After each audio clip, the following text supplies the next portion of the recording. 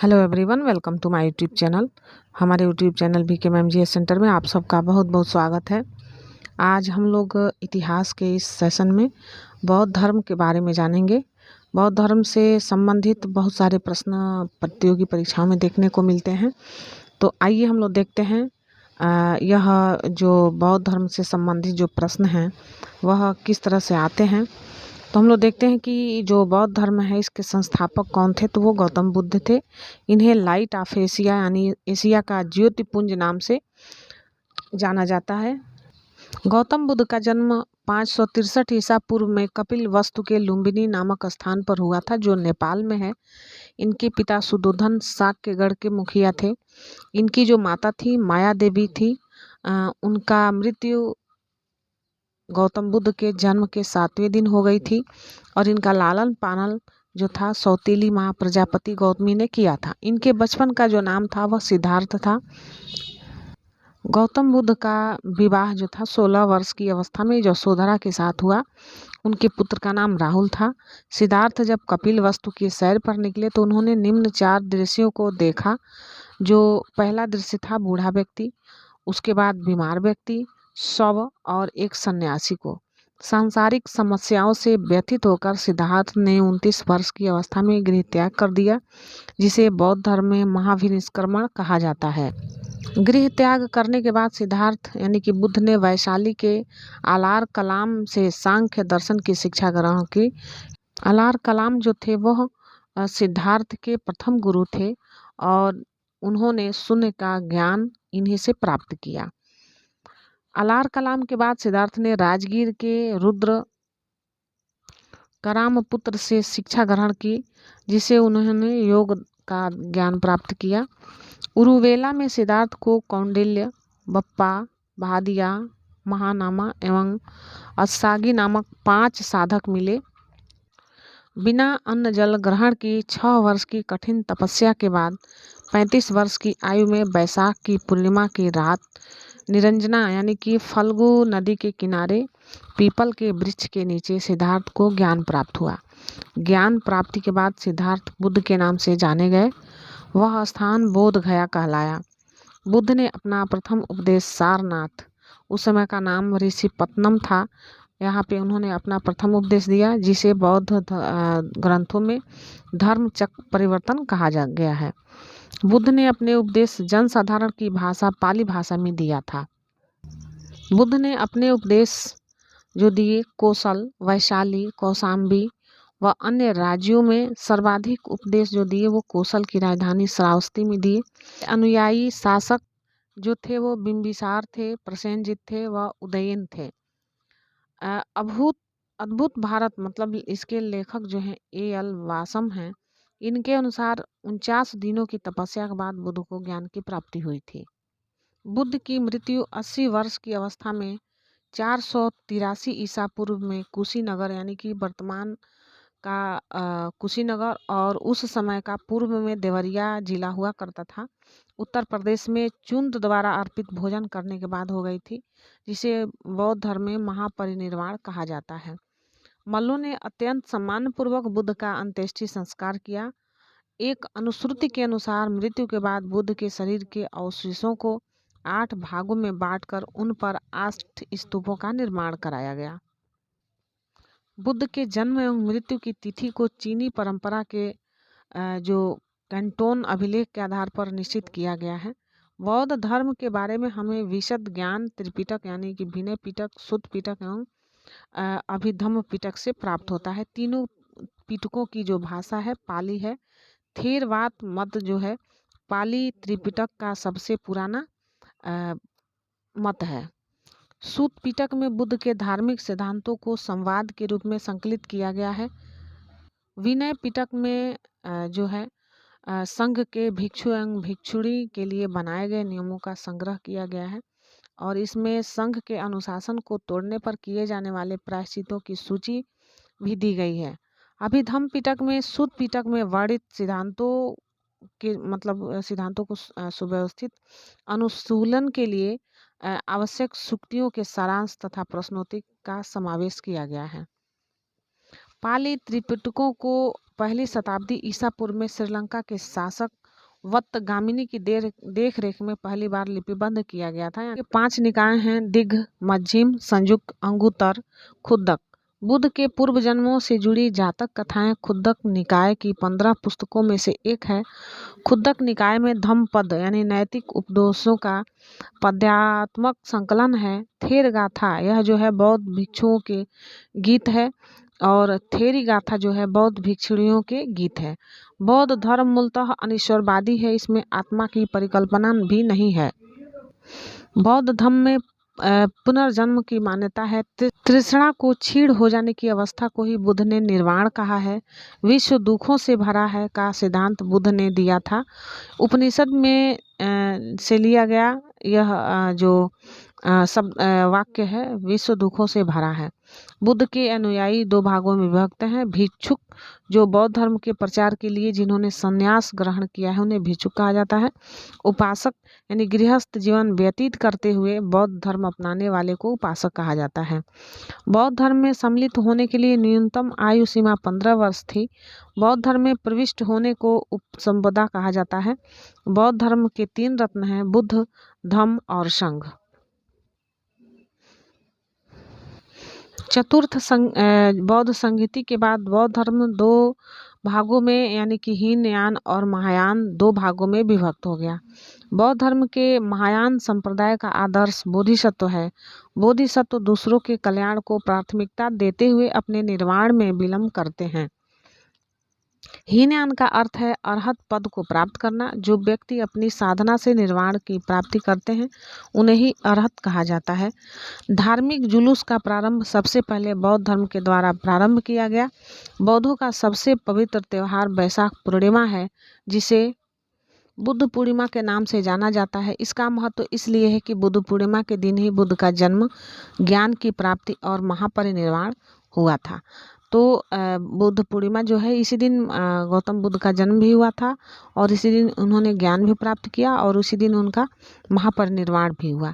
बुद्ध ने सांसारिक दुखों के संबंध में 4 आर्य सत्यों का उपदेश दिया है। ये हैं दुख, दूसरा है दुख समुदाय, तीसरा है दुख निरोध, और चौथा है दुख निरोधगामिनी प्रतिपदा। इन सांसारिक दुखों से मुक्ति हेतु बुद्ध ने अष्टांगिक मार्ग की बात कही है। ये है साधना है, और इनका जो पार्ट है वह है सम्यक दृष्टि, दूसरा है सम्यक संकल्प, तीसरा है सम्यक वाणी, चौथा है सम्यक कर्मांत, और 5वां है सम्यक आजीवन, 6वां है सम्यक व्यायाम, और 7वां है सम्यक स्मृति, एवं 8वां है सम्यक समाधि। बुद्ध के अनुसार अष्टांगिक मार्गों के पालन करने के उपरांत मनुष्य की भव तृष्णा नष्ट हो जाती है और उससे निर्वाण प्राप्त हो जाता है। निर्वाण बौद्ध धर्म का परम लक्ष्य है, जिसका अर्थ है दीपक का बुझ जाना, अर्थात जीवन मरण के चक्र से मुक्त हो जाना। बुद्ध ने निर्वाण प्राप्ति को सरल बनाने के लिए निम्न 10 शीलों पर बल दिया है। पहला है अहिंसा, दूसरा है सत्य, तीसरा है अस्तेय यानी चोरी न करना, चौथा है अपरिग्रह, किसी प्रकार की संपत्ति न रखना, और 5वां है मद्य सेवन न करना, 6वां है असमय भोजन न करना, और 7वां है सुखप्रद बिस्तर पर नहीं सोना, 8वां है धन संचय न करना, 9वां है स्त्रियों से दूर रहना, और 10वां है नृत्य, गान आदि से दूर रहना।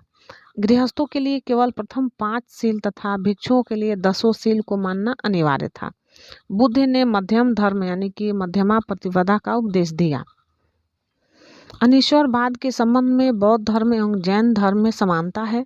जातक कथाएं प्रदर्शित करती हैं कि बोधिसत्व का अवतार मनुष्य रूप में भी हो सकता है तथा पशुओं के रूप में भी। बोधिसत्व के रूप में पुनर्जन्मों की दीर्घ श्रृंखला के अंतर्गत बुद्ध ने शाक्य मुनि के रूप में अपना अंतिम जन्म प्रदान किया, किंतु इसके उपरांत मैत्रेय तथा अन्य अनाम बुद्ध आदि अवतरित होने शेष हैं। सर्वाधिक बुद्ध मूर्तियों का निर्माण गंधार शैली के अंतर्गत किया गया है, लेकिन बुद्ध की प्रथम मूर्ति जो है संभवतः मथुरा कला के अंतर्गत बनी है। तिब्बत, भूटान एवं पड़ोसी देशों में बौद्ध धर्म का प्रचार पदम संभव यानी कि गुरु रिनपाच ने किया था। इनका संबंध बौद्ध धर्म के वज्रयान शाखा से था। इनकी 123 फीट ऊंची मूर्ति हिमाचल प्रदेश के रेवाल सर झील में स्थित है। हम लोग देखते हैं कि बुद्ध के जीवन से संबंधित बौद्ध धर्म के प्रतीक कौन से हैं और घटना क्या है और प्रतीक क्या है। तो जन्म का जो घटना है यह कमल एवं साढ़ से संबंधित है, इसका प्रतीक है। गृह त्याग का संबंध इसका प्रतीक घोड़ा है। ज्ञान जो घटना है यानी ज्ञान की प्राप्ति, उसका प्रतीक है पीपल, बोधि वृक्ष, उस पीपल का नाम है बोधि वृक्ष। प्रथम जो घटना थी उसको चक्र, जो प्रथम उपदेश था इस घटना को चक्र कहा गया है। और निर्वाण जो घटना है इसका प्रतीक जो है पद चिन्ह है। और मृत्यु की जो घटना है इसका प्रतीक चिन्ह जो है स्तूप है। अब हम लोग देखते हैं कि बौद्ध धर्म की जो सभाएं हो वो कौन कौन सी थी। प्रथम बौद्ध संगीति जो था समय उसका था 483 ईस्वी पूर्व। राजगृह स्थान था और अध्यक्ष जो थे वो महाकश्यप थे और शासन काल जो था अजातशत्रु का था। द्वितीय बौद्ध संगीति जो थी यह 383 ईसा पूर्व हुआ। स्थान जो था वैशाली था और अध्यक्ष थे वो सबाकामी थे। और उस समय का जो शासन काल था कालाशोक का शासन काल था। तृतीय बौद्ध संगीति जो था 250 ईसा पूर्व हुआ था। स्थान था पाटलिपुत्र और उसमें जो अध्यक्ष थे वो थे मोगलीपुत्र तिस्क और जो शासन काल था वह अशोक का था। चतुर्थ बौद्ध संगीति 98 ईसा पूर्व में हुआ था और स्थान था कुंडलवन। अध्यक्ष थे वसुमित्र, अशोघोष भी उनको कहा जाता है और शासन काल जो था कनिष्क का था। हम लोग देखते हैं कि भारत के जो महत्वपूर्ण बौद्ध मठ हैं वो कौन कौन से हैं। मठ का नाम है टाबू मठ, स्थान है तबो गांव, स्पीति घाटी है और राज्य है हिमाचल प्रदेश। उसके बाद है नाम ग्याल मठ, स्थान है धर्मशाला और हिमाचल प्रदेश राज्य में है। तीसरा है हेमिस मठ, यह लद्दाख में है और यह जम्मू कश्मीर में केंद्र शासित प्रदेश जो है जम्मू कश्मीर में है। थिकसे मठ यह लद्दाख में है और यहाँ का जो केंद्र शासित प्रदेश यानी राज्य है जम्मू कश्मीर है। सासुर मठ यह लाहौल स्पीति में है हिमाचल प्रदेश के। मिड्रालिंग मठ यह देहरादून में है, उत्तराखंड के देहरादून में। उसके बाद है रूमटेक मठ जो है गंगटोक में है, सिक्किम का गंगटोक है। तवांग मठ जो है अरुणाचल प्रदेश में है, यह अरुणाचल प्रदेश की राजधानी अरुणाचल प्रदेश में ही है। नाम ड्रालिंग मठ यह मैसूर में है, कर्नाटक राज्य है। और बोधिमंडा मठ यह बोधगया बिहार में है। देखेंगे जैन धर्म के बारे में। जैन धर्म के संस्थापक एवं प्रथम तीर्थंकर जो थे वो ऋषभदेव थे। जैन धर्म के 23वें तीर्थंकर पार्श्वनाथ थे जो काशी के इक्ष्वाक वंशीय राजा अश्वसेन के पुत्र थे। इन्होंने 30 वर्ष की अवस्था में जो था वह संन्यास जीवन को स्वीकारा था। इनके द्वारा दी गई शिक्षा जो थी वह हिंसा न करना, सदा सत्य बोलना, चोरी न करना तथा संपत्ति न रखना। महावीर स्वामी जैन धर्म के 24वें एवं अंतिम तीर्थंकर हुए। महावीर का जन्म 540 ईसा पूर्व में कुंडग्राम यानी वैशाली में हुआ था। इनके पिता सिद्धार्थ ज्ञात्रिक कुल के सरदार थे और माता त्रिशला लिच्छवी राजा चेटक की बहन थी। महावीर की पत्नी का नाम यशोदा एवं पुत्री का नाम अनुज्जा प्रियदर्शिनी था। महावीर के बचपन का नाम वर्धमान था। इन्होंने 30 वर्ष की उम्र में माता पिता की मृत्यु के पश्चात अपने बड़े भाई नंदिवर्धन से अनुमति लेकर संन्यास जीवन को स्वीकारा था। 12 वर्षों की कठिन तपस्या के बाद महावीर को जिरीभिक के समीप रिजुपालिक नदी के तट पर साल वृक्ष के नीचे तपस्या करते हुए संपूर्ण ज्ञान का बोध हुआ। इसी समय से वे महावीर यानी जिन विजेता, अरहत, पूज्य और निर्ग्रंथ यानी बंधनहीन कहलाए। महावीर ने अपना उपदेश प्राकृत यानी धर्म मागधी भाषा में दिया था। महावीर के अनुयायियों को मूलतः निग्रंथ कहा जाता था। महावीर के प्रथम अनुयायी उनके दामाद जामिल बने। प्रथम जैन भिक्षुणी नरेश का दधिवाहन की पुत्री चंपा थी। महावीर ने अपने शिष्यों को 11 गणधरों में विभाजित किया, यानी कि उनके शिष्य 11 गणधरों में विभाजित थे। आर्य सुधर्मा अकेला ऐसा गंधर्व था जो महावीर की मृत्यु के बाद भी जीवित रहा और जो जैन धर्म का प्रथम थेरा या मुख्य उपदेशक हुआ। महावीर स्वामी के भिक्षुणी संघ का प्रधान चंदना थी। लगभग 300 ईसा पूर्व में मगध में 12 वर्षों का भीषण अकाल पड़ा, जिसके कारण भद्रबाहु अपने शिष्यों सहित कर्नाटक चले गए, किंतु कुछ अनुयायी स्थूलभद्र के साथ मगध में ही रुक गए। भद्रबाहु के वापस लौटने पर मगध के साधुओं से उनका गहरा मतभेद हो गया, जिसके परिणाम स्वरूप जैन मत श्वेतांबर एवं दिगंबर नामक दो संप्रदायों में बट गया। स्थूलभद्र के शिक्षक जो थे श्वेतांबर यानी श्वेत वस्त्र धारण करने वाले, एवं भद्रबाहु के शिष्य जो थे दिगंबर नग्न रहने वाले कहलाए। जैन धर्म के त्रिरत्न क्या है हम लोग देखते हैं। पहला है सम्यक दर्शन, दूसरा है सम्यक ज्ञान और तीसरा है सम्यक आचरण। त्रिरत्न के अनुशीलन में निम्न 5 महाव्रतों का पालन अनिवार्य है: अहिंसा, सत्यवचन, अस्तेय, अपरिग्रह एवं ब्रह्मचर्य। जैन धर्म के 4 वरों यानी शिक्षा, अन्न, चिकित्सा और आवास के सिद्धांत ने उसे लोकप्रिय बनाने में मदद की। जैन धर्म में ईश्वर की मान्यता नहीं है, जैन धर्म में आत्मा की मान्यता है। महावीर पुनर्जन्म एवं कर्मवाद में विश्वास करते थे। जैन धर्म के सप्तभंगी ज्ञान के अन्य नाम जो हैं यासवाद व अनेकांतवादी है। जैन धर्म अपने आध्यात्मिक विचारों को सांख्य दर्शन से ग्रहण किया है। जैन धर्म मानने वाले कुछ राजा थे वह थे उदयन, वंद राजा, चंद्रगुप्त मौर्य, कलिंग, नरेश, खारवेल और राष्ट्रकूट राजा अमोदवर्धन और चंदेल शासक। मैसूर के गंग वंश के मंत्री चामुंड के प्रोत्साहन से कर्नाटक के श्रवण बेलगोला में 10वीं शताब्दी के मध्य भाग में विशाल बाहुबली की मूर्ति, यह गोमतेश्वर की मूर्ति है, इसका निर्माण किया गया। गोमतेश्वर की प्रतिमा कायोत्सर्ग मुद्रा में है। महावीर तपस्या की इस मुद्रा में वह अपनी चारों ओर के वातावरण से अनभिज्ञ थे। इनके पैरों में सांप लपेटे हुए हैं तथा चींटियों ने मिट्टी के घरौंदे बना दिए हैं। यह मूर्ति 18 मीटर ऊंचा एवं एक ही चट्टान को काटकर बनाई गई है। खजुराहो में जैन मंदिरों का निर्माण चंदेल शासकों द्वारा किया गया। मौर्योत्तर युग में मथुरा जैन धर्म का प्रसिद्ध केंद्र था। मथुरा कला का संबंध जैन धर्म से है। जैन तीर्थंकरों की जीवनी भद्रबाहु द्वारा रचित कल्पसूत्र में है। 72 वर्ष की आयु में महावीर की मृत्यु यानी निर्वाण हो गया।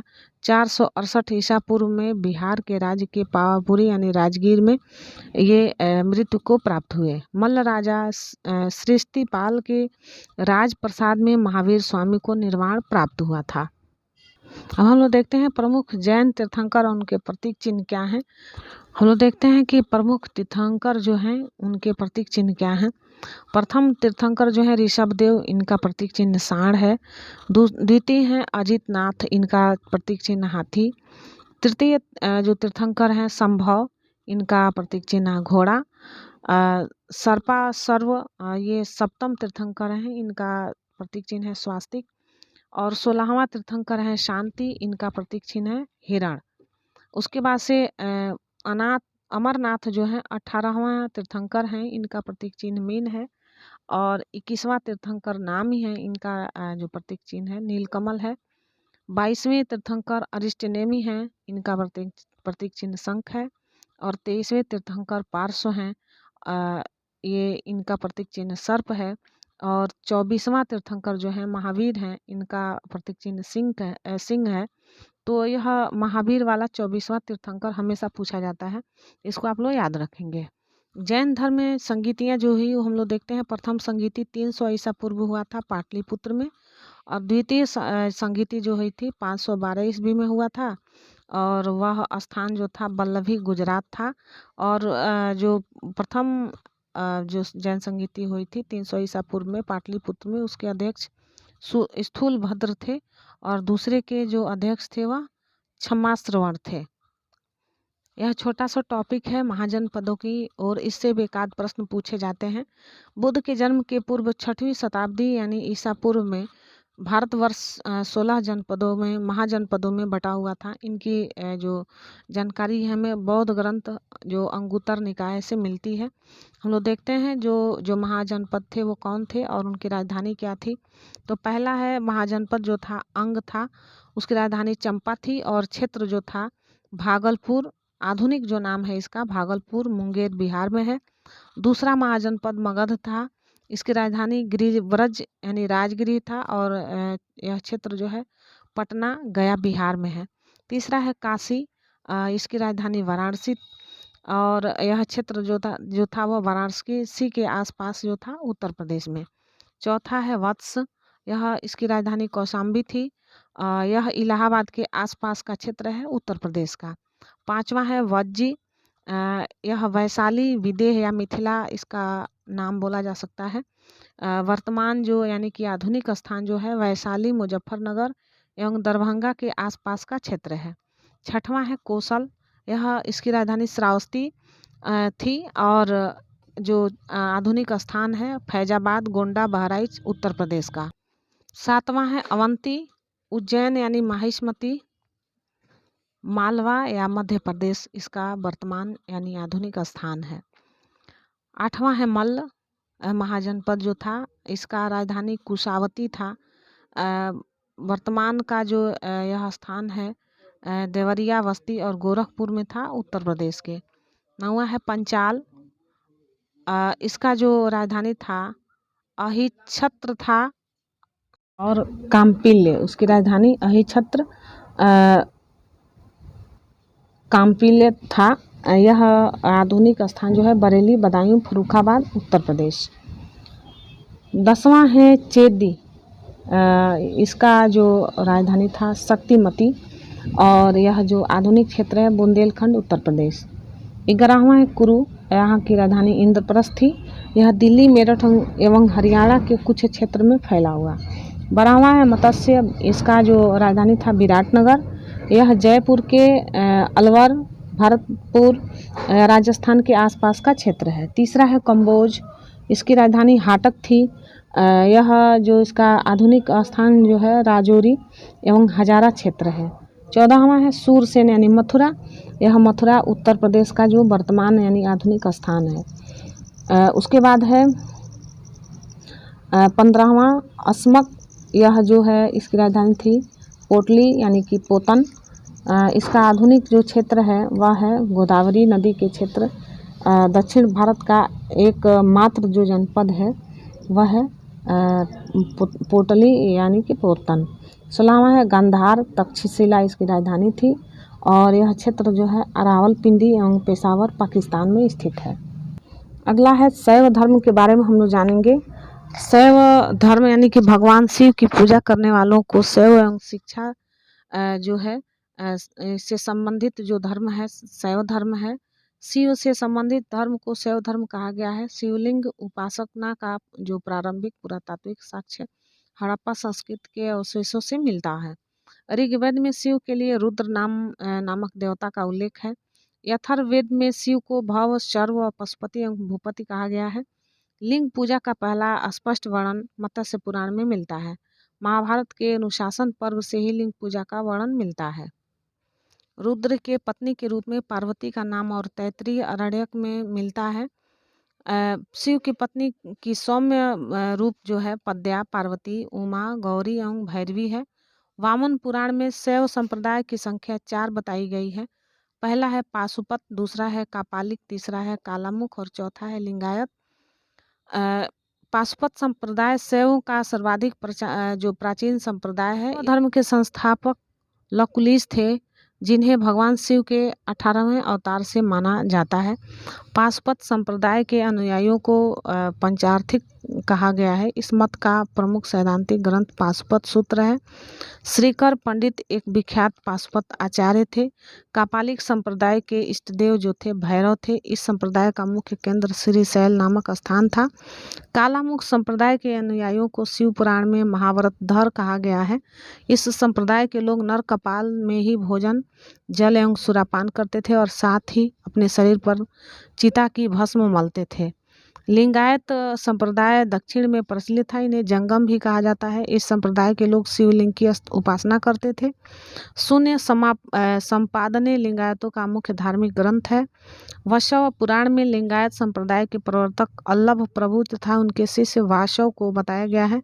इस संप्रदाय को वीर शिव संप्रदाय भी कहा जाता है। 10वीं शताब्दी में मत्स्येंद्र नाथ ने नाथ संप्रदाय की स्थापना की। इस संप्रदाय का व्यापक प्रचार प्रसार बाबा गोरखनाथ के समय में हुआ। गोरखनाथ में वर्ण व्यवस्था तथा ब्राह्मणों के विशेषाधिकारों की आलोचना की थी। इसके द्वारा प्रतिपादित सिद्धांत को तंत्र कहा गया है। इसकी सदस्यता बिना जाति भेद सबके लिए खुली थी। दक्षिण भारत में शैव धर्म चालुक्य राष्ट्रकूट पल्लव एवं चोलों के समय लोकप्रिय रहा। पल्लव काल में शैव धर्म का प्रचार प्रसार नायनारों द्वारा किया गया। नायनार संतों की संख्या 63 बताई गई है, जिनमें अपार, तिरुज्ञान, संबंदर एवं सुंदर मूर्ति आदि के नाम उल्लेखनीय हैं। एलोरा के प्रसिद्ध कैलाश मंदिर का निर्माण राष्ट्रकूटों ने करवाया। चोल शासक राज प्रथम ने तंजौर के प्रसिद्ध राजराजेश्वर शैव मंदिर का निर्माण करवाया, जिसे बृहदीश्वर मंदिर के नाम से भी जाना जाता है। कुषाण शासकों की मुद्राओं पर शिव एवं नंदी का एक साथ अंकन प्राप्त किया गया है, यानी अंकन प्राप्त होता है। तो इस तरह से हम लोगों ने आज बौद्ध धर्म के बारे में, शैव धर्म के बारे में और जैन धर्म के बारे में तथा महाजनपदों की ओर इन टॉपिकों पर बात की, चर्चा की। उम्मीद है आप लोग को यह वीडियो अच्छा लगेगा। अच्छा लगे तो वीडियो को लाइक करिए और हमारे चैनल को सब्सक्राइब करिए। मिलते हैं हम लोग अगले सेशन में। Thank you for watching this video. जय हिंद, वंदे मातरम।